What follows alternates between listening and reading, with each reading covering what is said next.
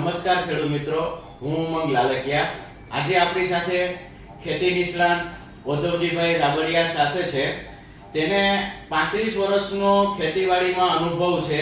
ગુજરાત અને ખાસ કરીને સૌરાષ્ટ્રના ખેડૂતો તેને નામથી ઓળખે છે।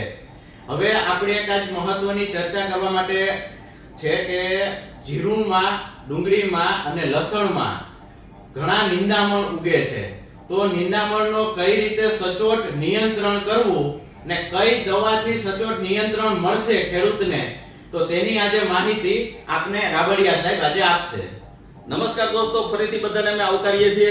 તો આજે લાલકિયા સાહેબે કીધું કે ખાસ 2025ની સાલમાં ડુંગળી, લસણ અને જીરુંનું બધાનું વાવેતર લગભગ થવાની તૈયારીમાં છે।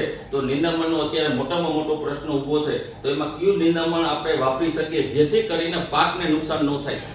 નિંદામણ મિત્રો ઘણા બધા આવે છે પણ પાકને નુકસાન કરે છે અને એનો વિકાસ અટકે છે। તો આપણે ડુંગળી અને લસણની વાત કરીએ તો ડુંગળી અને લસણમાં આજે 15-20 દિવસના ઉગ્યા પછી જે ગોળ પાનવાળા જેટલા જટિલ નિંદામણ નાશક છે, ધારો કે લૂણી છે, તાંદળીઓ છે, ચીલ છે, તો આ બધા નિંદામણ જો સારી રીતે તમારે નાશ કરવા હોય તો બાયર કંપનીનું રાફ્ટ આવે છે।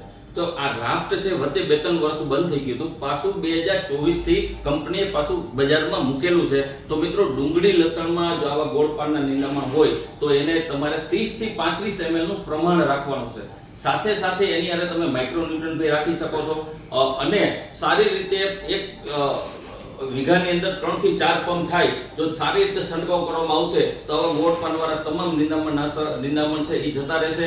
બીજા નંબરમાં પાકને કોઈ પ્રકારનું નુકસાન નહીં થાય એ ખાસ જોવાનું છે। અને બીજો અગત્યનો પાક છે આ રાફટ માટે એ છે જીરું। તો મિત્રો જીરુંનું વાવેતર આ સાલે ઘણું બધું થવાનું છે। તો જીરુંમાં ઉગ્યા પછી જીરુંની સાથે જ ગોળ પાનના બધા નિંદામણ નાશકો ઉગે છે, પણ જીરુંમાં બીજી કોઈ વસ્તુ ચાલતી નથી કારણ કે જીરું ઉપર ખૂબ જ નુકસાન થાય છે। જીરુંના પાન લાલ થાય છે, દાજ પડે છે, વિકાસ અટકી જાય છે। તો એના માટે જીરું માટે તો આ રાફ્ટ રહ્યું એ વરદાન રૂપ છે। વચ્ચે 2-3 વર્ષ નહોતું તો ખેડૂતો ફરિયાદ કરતા હતા કે કેમ તમે બંધ કરી દીધું। તો મિત્રો ગઈ સાલથી પાછું રાફટ ચાલુ થયું છે અને જીરુંના જે ગોળ પાન છે એ રાફટ છે એ 25 ml થી 35 ml નાખવાથી ગોળ પાનના બધા નિંદામણ નાશકો લગભગ મરી જ જાય છે। અને જીરું એવું પાક છે કે એમાં તમે નિંદી શકતા નથી, હાથેથી નિંદાતું નથી કારણ કે તો જીરુંને ડેમેજ થાય છે। તો એના માટે રાફ્ટ બહુ સરસ વસ્તુ છે।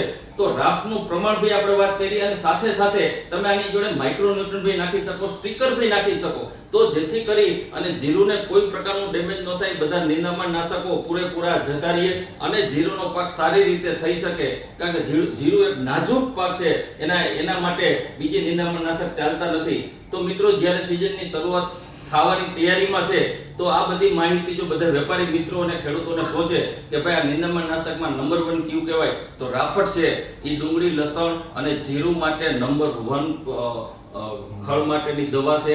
તો મિત્રો વેપારી મિત્રોને બી ખાસ કહેવાનું, અમારા ખેડૂત મિત્રોને બી કહેવાનું કે નિંદામણ નાશકનો નાશ કરશો જેથી કરી તમારો પાક સારો રહે, હેલ્ધી રહે અને સારું ઉત્પાદન આવે।